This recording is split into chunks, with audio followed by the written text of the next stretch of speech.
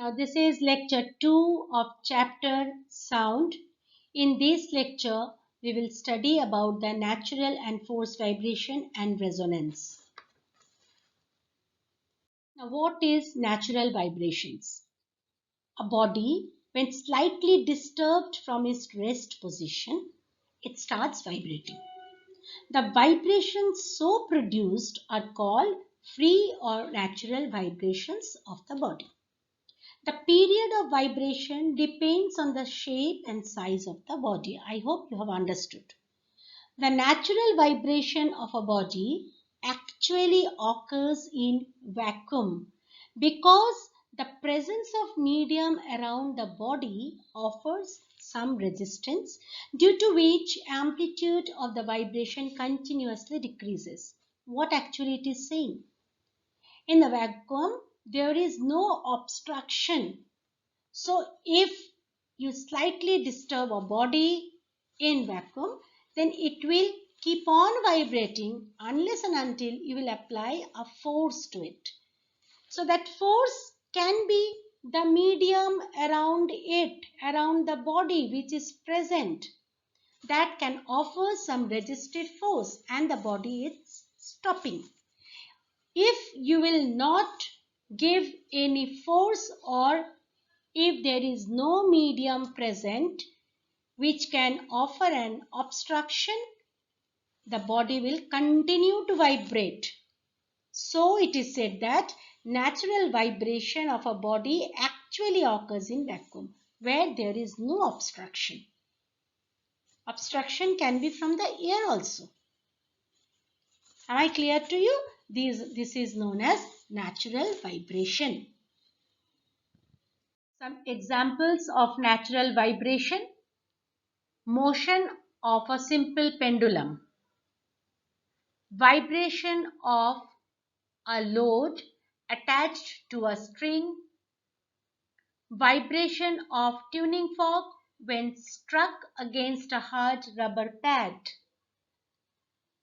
When air column in a flute is made to vibrate.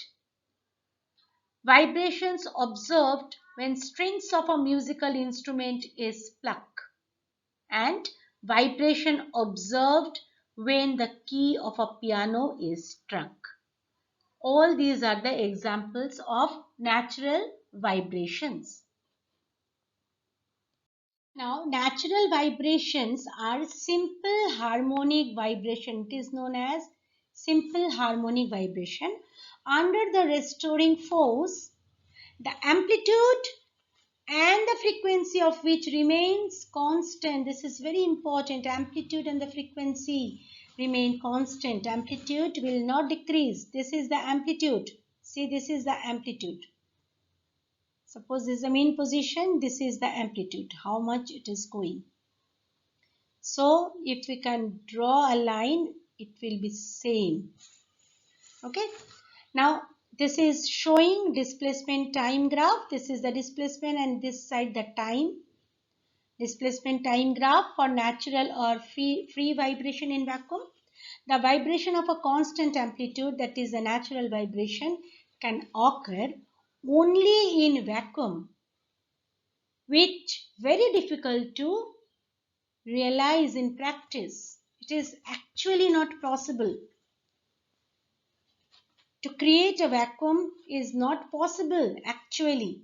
As a matter of fact, the surrounding mediums offer resistance, as I told you, because it is giving a frictional force to the motion so that the energy of the vibrating body continuously decreases. So to get this type of graph is only possible in vacuum. It is not possible if you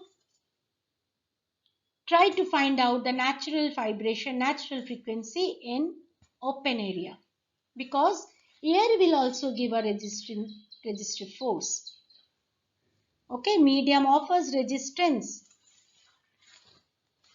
So it is said that so that the energy of the vibrating body continuously decreases, resulting to continual and gradual decrease in the amplitude. and this give rise to damped vibration, which we will study in the next slide. See, as I told you, for damped vibration, in practice, when a body is made to vibrate in a medium, the amplitude of the vibration continuously decreases and eventually it stops. This phenomenon is called damped vibrations. The periodic vibration of a body, very important, this is the definition. The periodic vibration of a body of decreasing amplitude in presence of a resistive force are called damped vibration. So this is the graph for damped vibration, displacement time graph. With the time, the amplitude is gradually decreasing and it is coming, at last it is coming to an end. Stop, it will stop because of the resistive force given by the medium. This is known as damped vibration. In damped vibration, two opposing forces act. One is restoring force that causes the vibration to occur, and the other one, the resistive force, that is the friction due to the surrounding medium that causes the amplitude to decrease.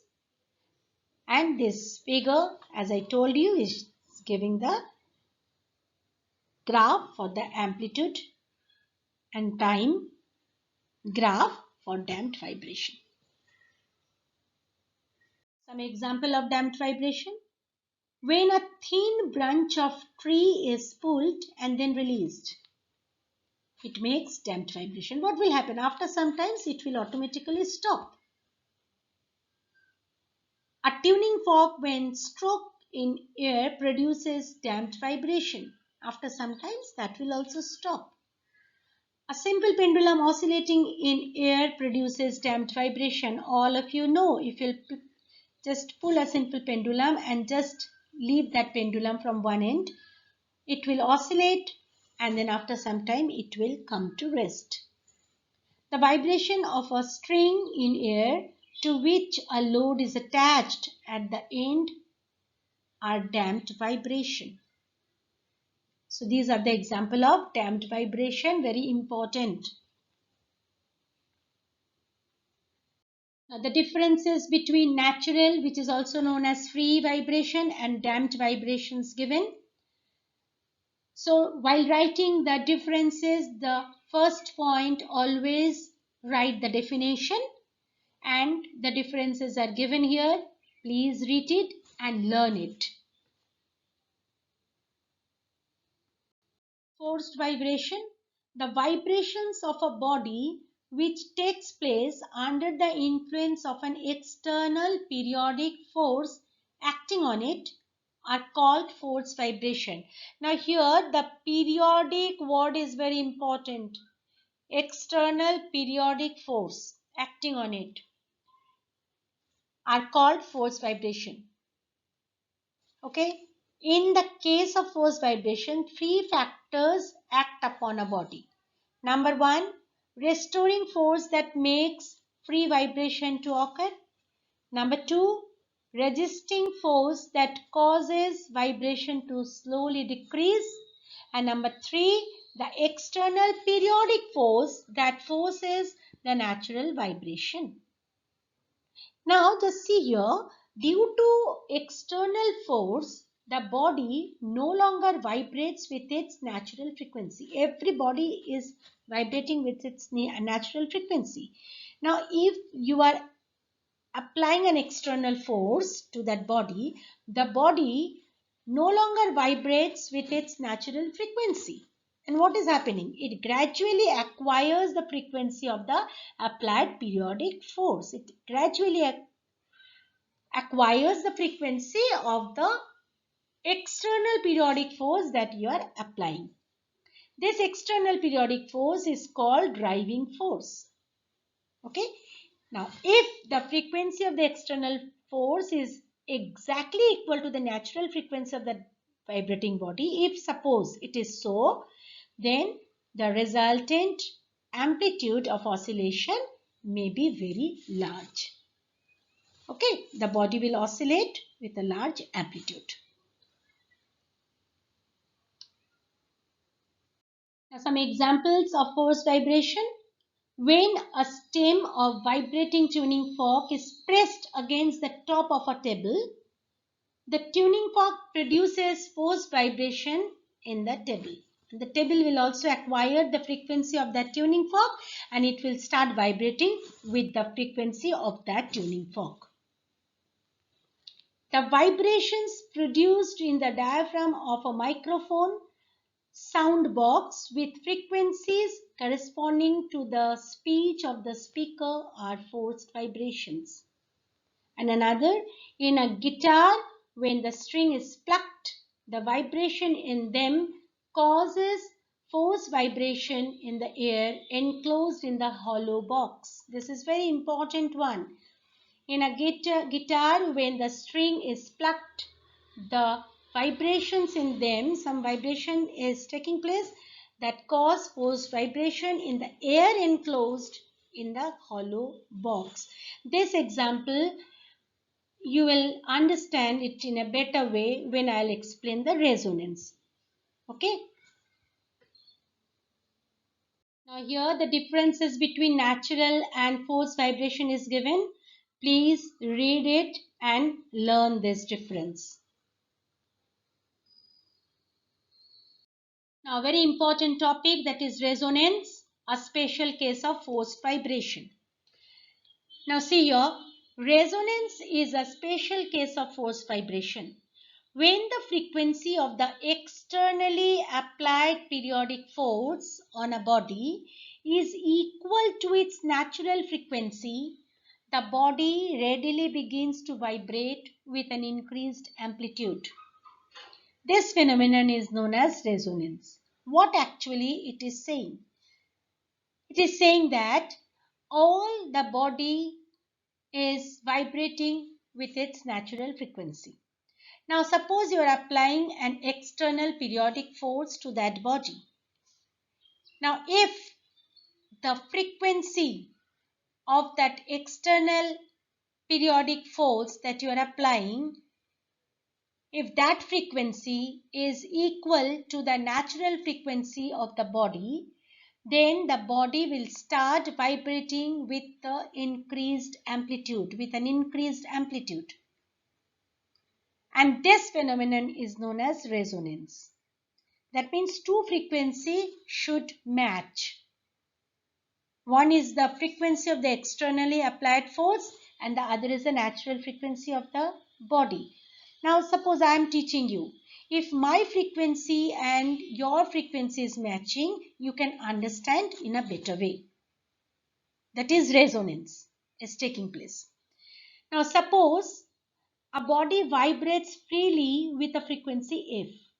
Now suppose if an external periodic force you are applying which is having a frequency N. Okay. Now if N is equals to F, that means these two frequencies are matching, then resonance takes place and the amplitude of the vibration is increased. And if N is not equal to F, then the resonance does not take place. Resonance takes place only when the applied force causes force vibration in the body and the frequency of the applied force is exactly equal to the natural frequency of the vibrating body. This is the definition of resonance, this one, and just learn it as it is given. If you will not write the periodic word, then your definition will be wrong. Please be careful about writing the definition. Now again here the difference between the force and the resonance vibration given. What is the difference between the force and the resonance vibration? Because force vibration is also a special case of resonance. Okay, so let us see what is the difference. First one is the definition. The vibration of a body under an external periodic force of frequency different from the natural frequency of the body are called the force vibration.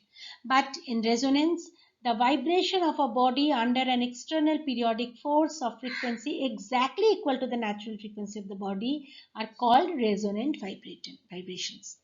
The amplitude of the vibration is small, the amplitude of the vibration is very large. The vibration of the body are not in phase with the external periodic force. The vibration of the body are in phase with the external periodic force.